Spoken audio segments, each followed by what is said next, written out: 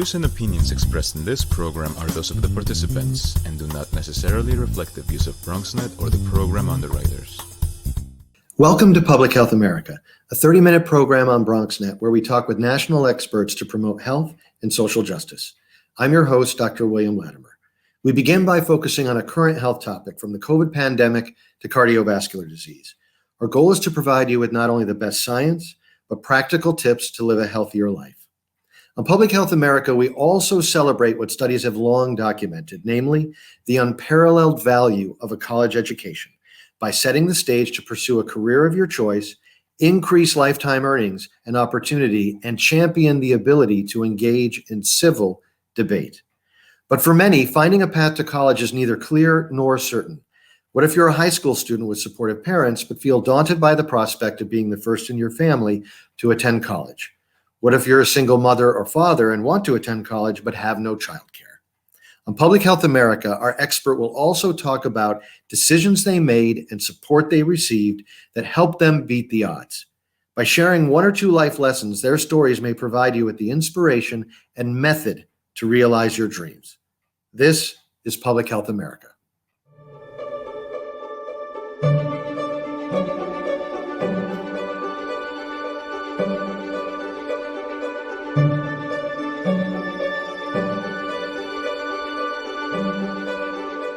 Welcome to Public Health America. I'm your host, Dr. William Latimer. It is my pleasure to welcome Dr. Brenda Anosike, Assistant Professor in the Department of Pediatrics and Pediatric Infectious Disease at Children's Hospital, Montefiore in the Bronx, the greatest borough of New York City, New York. Brenda, welcome to the program. Great, thanks. Thank you for having me. Pleasure to have you here. So I know you've been doing some great work and some cutting edge work on an incredibly important topic to our nation and globally and to so many families, and that is clinical outcomes of COVID in children and understanding the various therapeutic options in light of Omicron and other variants. Tell us about your work. Yeah, thanks for having me again. And absolutely, seeing that we've been dealing with COVID in general for the better part of almost 3 years at this point, our interest is really to understand how the disease process manifests in children as a particularly vulnerable population, for the fact that we don't have a lot of therapeutic options that have been well studied in this particular cohort. And so our interest is really to try to see how the disease has evolved from the beginning of COVID to now what we're seeing with Omicron, and have a better understanding of what options are most safe in this group and most effective in this group, and hopefully use as an adjunctive to vaccinations as our first line preventative measure.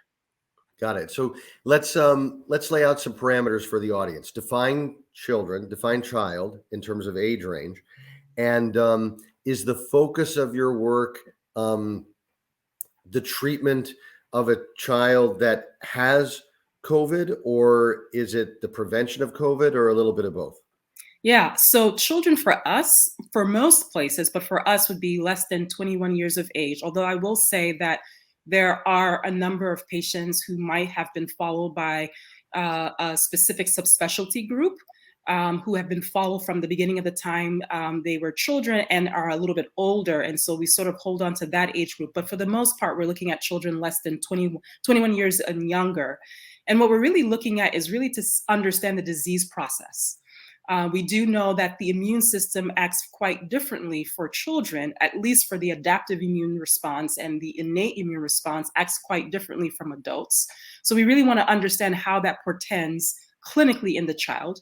But in addition to that, also looking at the therapeutic options that are out there that are really being used for adults, does it confer the same sort of efficacy in children as well?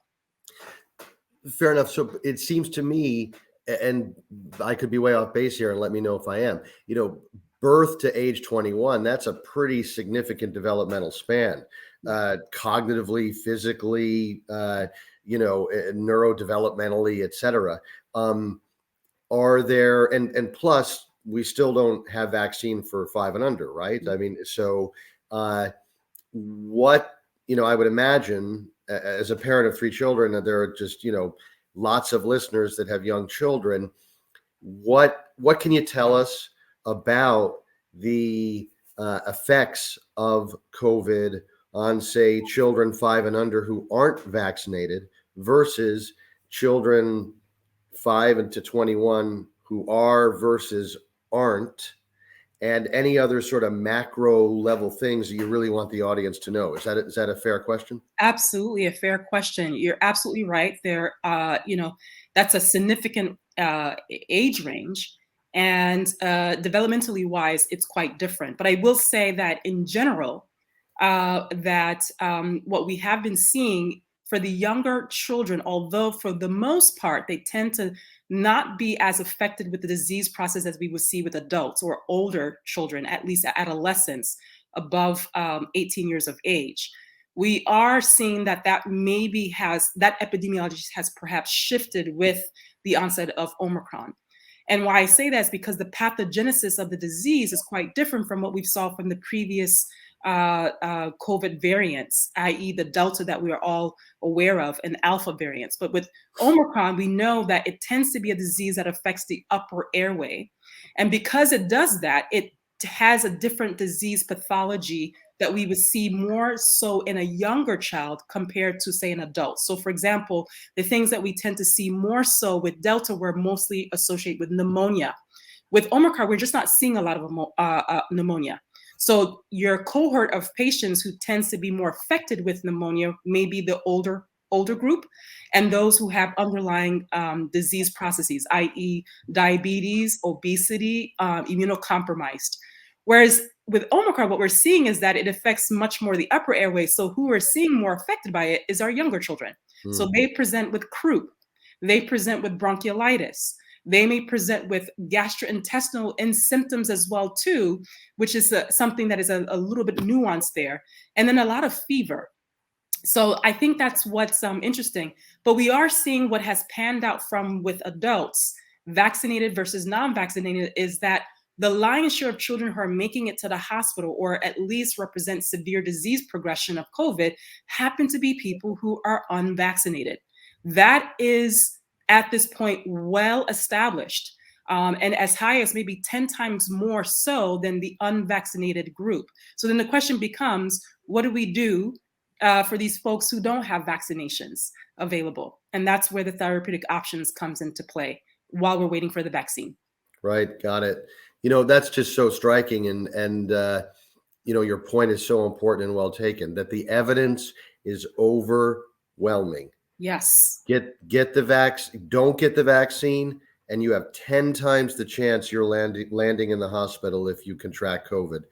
Get the vaccine, you're going to have a very bad flu-like symptoms or other kinds of symptoms that you just very aptly laid out. But the probability you're going to land in the hospital goes down drastically. Absolutely. So tell us about, is part of your research, and I know that this is still a work in progress, at major centers like Montefiore nationally, but sort of looking at medium and more long-term outcomes, even once the disease resolves? Yeah, absolutely. So there are a number of different studies that are taking place here at the Children's Hospital at Montefiore, and not necessarily all done by myself, but we're looking at sort of a whole spectrum of this and really trying to understand, what is Omicron doing now? Are the same risk factors associated in this particular child group the same that we saw with Delta? How has the immune process, natural immunity from infection, impact that outcome? How has vaccination impacted that outcome? The timing of vaccination has impacted that outcome. The other thing also too is really looking to see what the long-term effects are. And that's the main question that parents, many of us have questions about. What happens when my child gets infected? What does that look like going forward?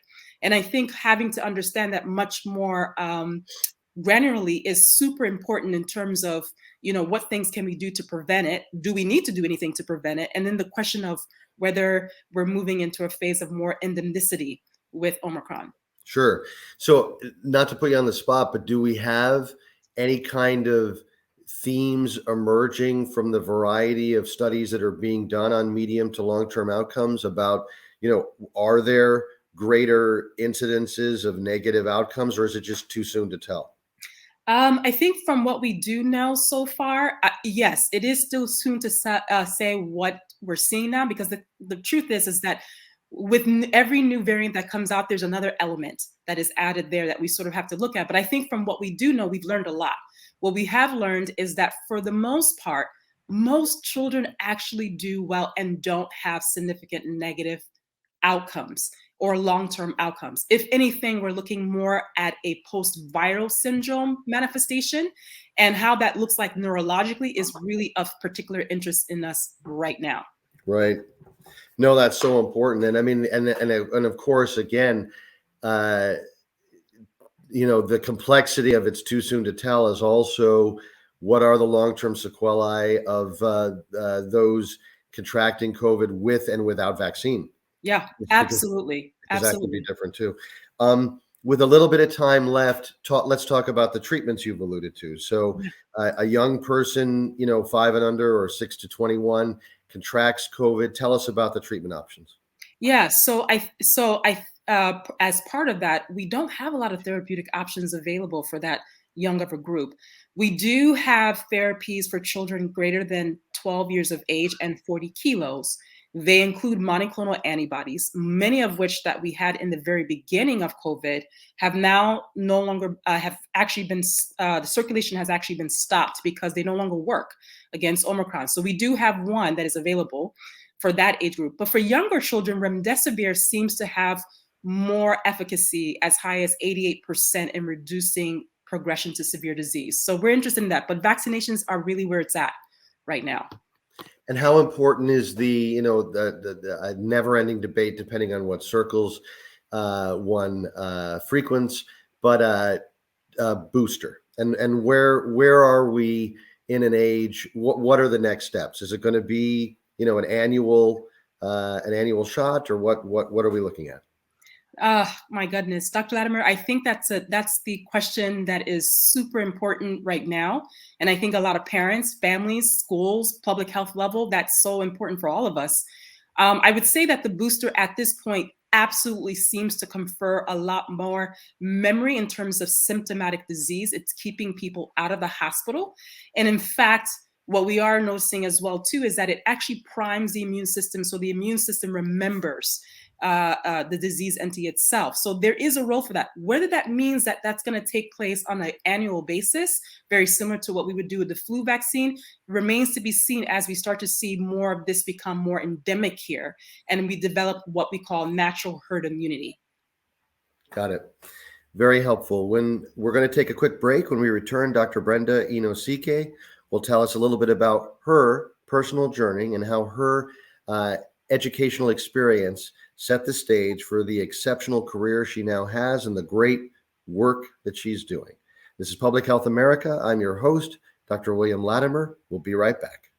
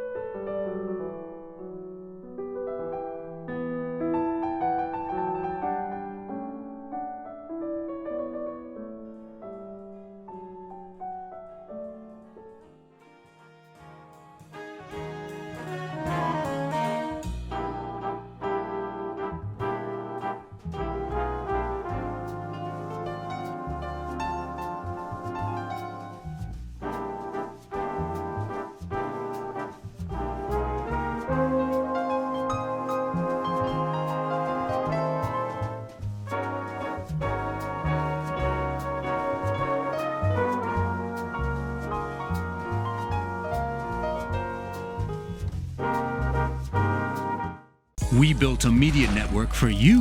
BronxNet TV.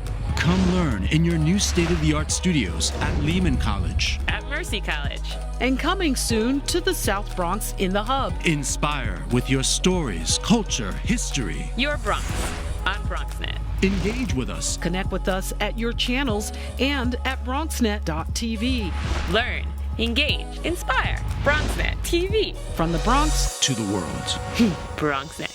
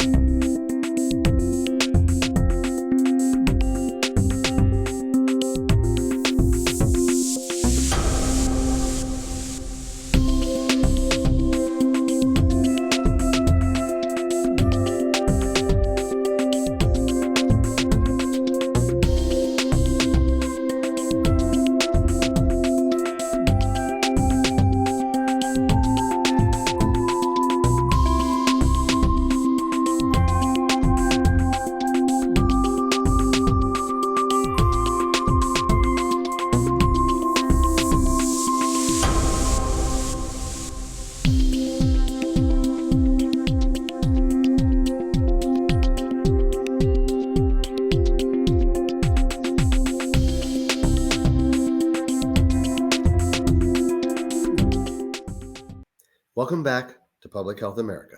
I'm your host, Dr. William Latimer.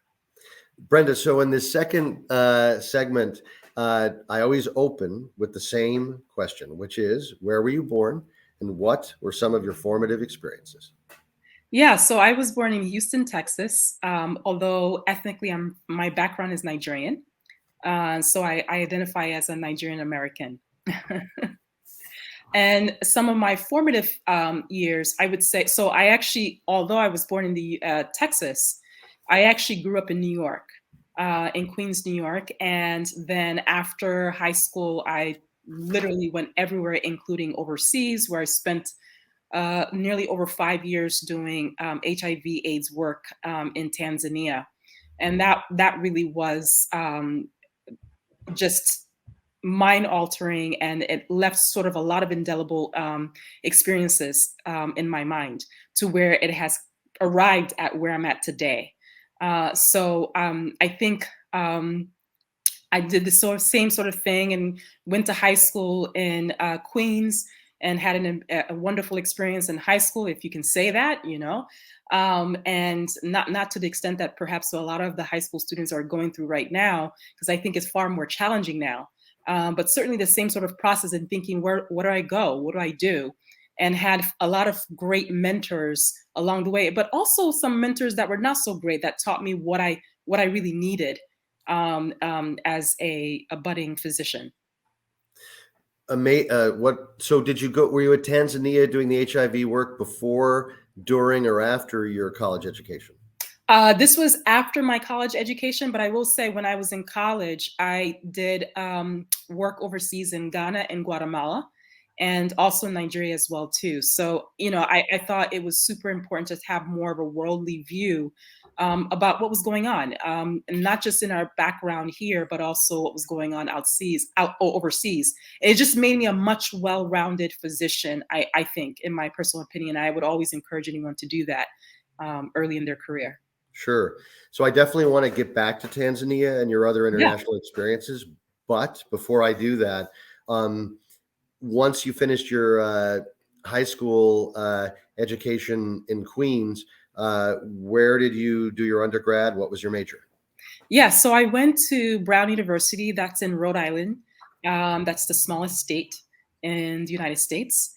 And I majored in human biology and was super interested also in anthropology. At the time, we couldn't do officially a second major at the time, but that actually was really the first time when I went there. There was two physicians, Kenneth Miller and Dr. Andrew Campbell. I will say Dr. Paul Knopf as well too, who was human biology as well as the emerging infectious diseases, Dr. Campbell, and Paul Knopf, which was immunology. That was the first time that I was exposed to anything that I'm doing with my career, quite frankly, right now, and thought just, oh my gosh, this is amazing, but never really got to the point where I was practicing infectious diseases in tow with most of my colleagues. I actually took a much more untraditional path, which was working in Tanzania.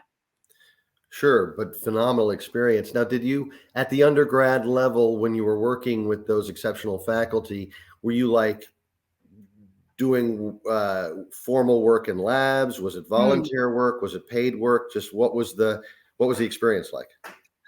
Most of my work was volunteer. I found opportunities when between the summers, I found opportunities as much as I could, working with our office career development, human resources, or even the houses that we had. There was a group on campus that was very interested in pre-med or science group or whatever the case was. I always found myself trying to find out more information. And so I would always find these opportunities to do research. And I did do bench research. I did do volunteer work in a hospital setting during the summers, and really was able to formulate what was interesting to me at that time and kind of go along that path. And, you know, some of those experiences took me overseas. And then some of those experiences also kept me here back in the United States, one at Howard University and Cornell, which were amazing as well. Got it. So you finish up at Brown. Yeah. What's your next step? Were you, at what point did you make it to Tanzania? Okay. So after I finished up at Brown, I came home to New York. I went to Stony Brook University School of Medicine here in New York, which was wonderful. And this is when I encountered some of my first group of challenges, really being able to find the support and mentorship. That was very hard for me. And people that look like me, quite frankly, that was very difficult for me. But nonetheless had people who were champions.